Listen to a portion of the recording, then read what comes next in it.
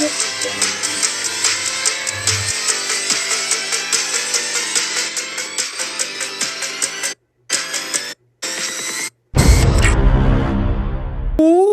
is going on to all my fellow Autobots out there? It is your boy, your man's Toxic Camel 331. Back at it with another review. And since Transformers 1, I'm seeing an early screening of it on Saturday. I'm going to be reviewing every single Transformers movie that were released in theaters and reviewing them each on their own, besides Transformers Rise of the Beast, because I already reviewed that a while back. So yeah, and I already reviewed Transformers in the 1986 movie on, what day is today? Sunday, and then I reviewed the first Michael Bay movie yesterday. And today, I'm going to be reviewing the movie that most of the Transformers fan base went like, yeah, this franchise is starting to go off a cliff. That being Transformers Revenge of the Fallen. But before I give my review on it, be sure to let me know your thoughts on the movie down below. And as well, don't forget to subscribe if you're new to the channel, because number one, it's absolutely free. Number two, we're on the road. It'll also maybe help with the YouTube algorithm recommend video to more people. Maybe they could join that too. Sick fam. But with that being said, guys, let's get right into it. But before we get right into it, let's give a quick plot synopsis, shall we? So transition and choose me up. 2 years after he and his Autobot friends saved the Earth from the Decepticons, Sam Witwicky faces a new battle, college. Meanwhile, Optimus Prime and the Autobots are working with a secret military organization and trying to make a home for themselves on Earth, when an ancient Decepticon known as the Fallen rises up. To wreak vengeance, Sam and his girlfriend Michaela must figure out the history of the Transformers on Earth and find a way to defeat the Fallen once and for all. So yeah, as I said before, most people think this is where the Transformers franchise was starting to go downhill off of its second movie. And I mentioned this in the first Michael Bay movie review yesterday with the first Transformers. I grew up with the first three movies, which, well, I don't remember much of Dark of the Moon, which I am going to be watching it tomorrow and then reviewing it tomorrow. So, but I most have very fond memories of this one in Transformers 2007. So, when rewatching this one, I will say I still enjoy this one. Is it a good movie? No. Is it one of the worst movies I've ever seen? Heck no. There's worse out there. This is not...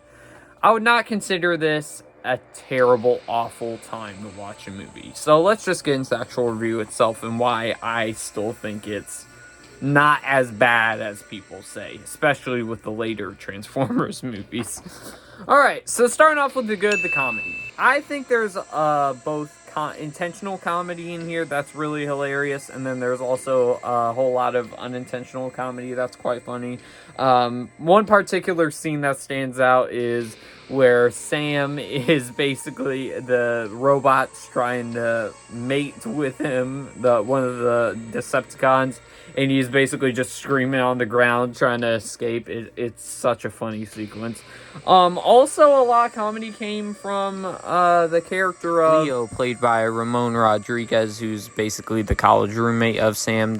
He was pretty funny and got me laughing a couple times throughout the whole entire movie. But I do admit that he does get a little bit more annoying later on in the movie, but that was part of his characteristics, so it kind of helps that character, if that makes sense.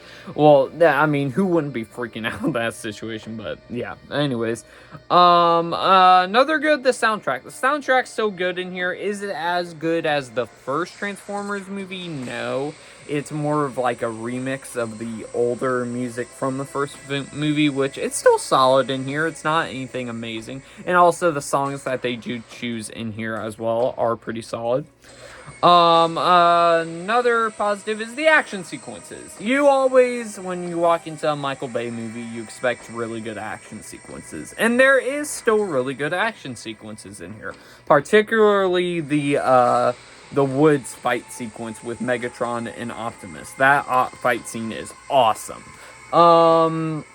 Another good is the relationship between Sam and Michaela. Since this is the second movie, You can tell there's a little bit of a time jump, and Michaela and Sam are about a year deep into their relationship.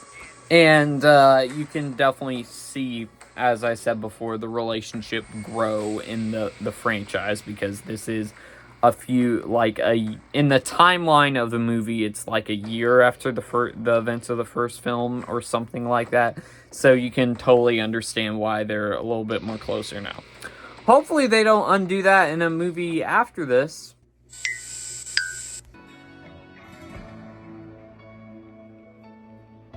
No, God! No, God, please, no! No! No! No! Anyways, that is the good done. That is the good done. Now let's move on to the mix. The dialogue. I mean, actually, technically this should be in the bad, but there are some moments where the dialogue is somewhat funny or somewhat decent. There's a particular scene in Sam's dorm room with Leo where they're talking back and forth about stuff, and it's, even though they're talking really fast where you can't understand them, I think that it's still somewhat decent there, but all the other dialogue throughout the movie is not as good as the first film. Another mix is what they do with Sam. I don't know what and this one I'm gonna have trouble to talk about. I'm probably gonna have trouble to talk about. It's just, this one, I don't know. I didn't really connect with his character as much as I did with the first film, where, I don't know, it has an interesting story with him. He's moving to college and trying to start the second chapter of his life, but he ends up getting thrown back into the Autobots and Decepticon chaos yet again. But I didn't really resonate with him this time. I don't know what they did, but they just did something where, I don't know, that he wasn't as sympathetic as the first film, which, even though he was decent in the first film, he wasn't quite that sympathetic either. Another mixed is how it handles Optimus in here, which, I'm not gonna talk too in depth with it. It's just, I don't if you thought the Autobots were not in the movie a whole lot in the first Transformers movie from 2007, this one, well, honestly, the whole entire Autobots, they don't get a lot to do here. I think this is the movie so far in the franchise where they do not feature the Autobots a whole entire lot at all. And in the first one, they feature Bumblebee quite a bit. This one, they don't really use him that much as the first film, if that makes sense. And it's just, why are you doing that? I don't know. Another mixed is how Megatron's alive. So, I just found the explanation. There's part of the explanation where I found it very lazy. However, maybe they wrote the way he came back when they were writing the first movie into the sequel. So, or when they killed him off in the first movie, they wrote it where he could definitely come back and was intentional that was the reason that he would be brought back. So maybe that's why it's a mixed aspect. It's just, huh? Really? Okay, kind of lazy, but maybe was that a part of the writing for the movie, like, while writing the first movie? I don't know. Anyways, and another mixed is Megan Fox's acting. In the first film, I thought she did okay. I didn't think she was dreadful or anything, because most people did think, well, the character was a little bit odd because of Michael Bay's direction with it, if you know what I mean. And then this one, there's some dramatic sequences where with her where she's scared and trying to stay quiet, where it actually is really effective. But however, when she just goes into when she goes back into happy Michaela, it's just, I don't know. Just sometimes she's decent, sometimes she's not in here. But I think her acting, I don't know. There's parts that elevate her from the first film, but there's also parts that downgrade her from the first film in her performance. All right, now, unfortunately, we move on to the bad. And the first bad I have is the parents are annoying. I mean, they're not even just annoying. They're not even just funny annoying. I just found them annoying in here, where they accidentally embarrass their son multiple times and themselves. There's also a few sequences in here, maybe that got a little tiny chuckle out of me when the mom in here ends up eating a special type of brownie, that's all I'll say. And she gets all hyper and stuff like a dog. But still, I couldn't stand them. So, alright, the dad was okay, but the mom, though, another bad, the length. I don't know what it is with the Transformers movies, but all of them are really super long. Well, the animated movie is very short. I'm pretty sure all the rest of the movies in this franchise are really long. Maybe except for Bumblebee. I don't remember how long that was, but I remember it flying by. Anyways, but the first one was almost 2.5 hours long, and this one I'm pretty sure is almost 2.5 hours long, or at least a bit over, which I think that's a tad bit ridiculous in here. And this one, I think there's some parts that justify that first film for how long it is, because how much it focuses on. This one, I can't really explain. I can't really say why it's this long. I just don't know why. Why? And there's only one plot of this movie. Or, well, there might be, like, 2 other side plots, but it doesn't really focus on them a lot. Well, no, actually, this does have a lot of side plots, never mind, but it's just... Another bad, Isabella Lucas's performance as Alice. Okay. The only other thing I've seen her in movies is Red Dawn, which I thought she did even worse than that.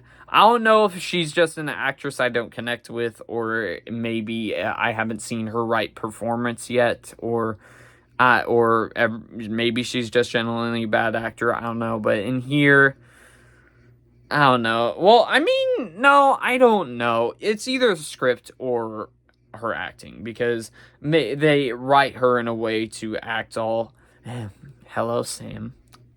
No, not with the tongue. Whatever. Anyways, but it's just... I don't know. Anyways, how it handles Megatron. I think... So, when I was talking about the first film a few days ago, I mentioned how an hour and a half into the movie, Megatron finally gets introduced into the real current world. You get flashbacks of him earlier in the movie, but you don't get him in the real world until an hour and a half into the movie.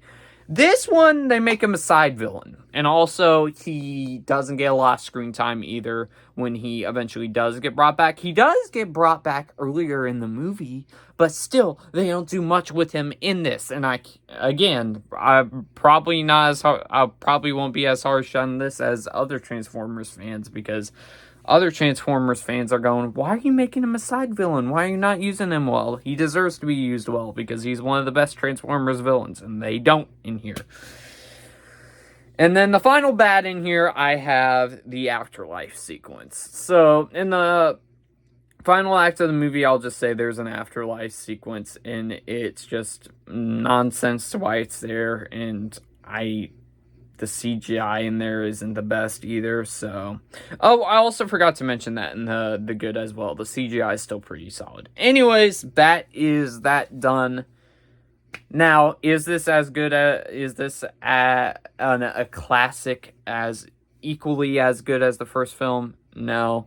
Let's bring out the toxic meter, and I will admit this is a toxic disappointment. It's a watchable grade toxic is a C+. disappointment, but it does not hold a candle to the first film. But I still think that it is way too overhated, especially with the later movies in the franchise, which we'll eventually get to after the next movie review, I'm pretty sure. So, anyways, stay tuned for that. But I hope y'all enjoyed this toxic movie review. Be sure to let me know your thoughts on Transformers Revenge of the Fallen down below. But with that being said, guys, I'll see y'all next one, everybody.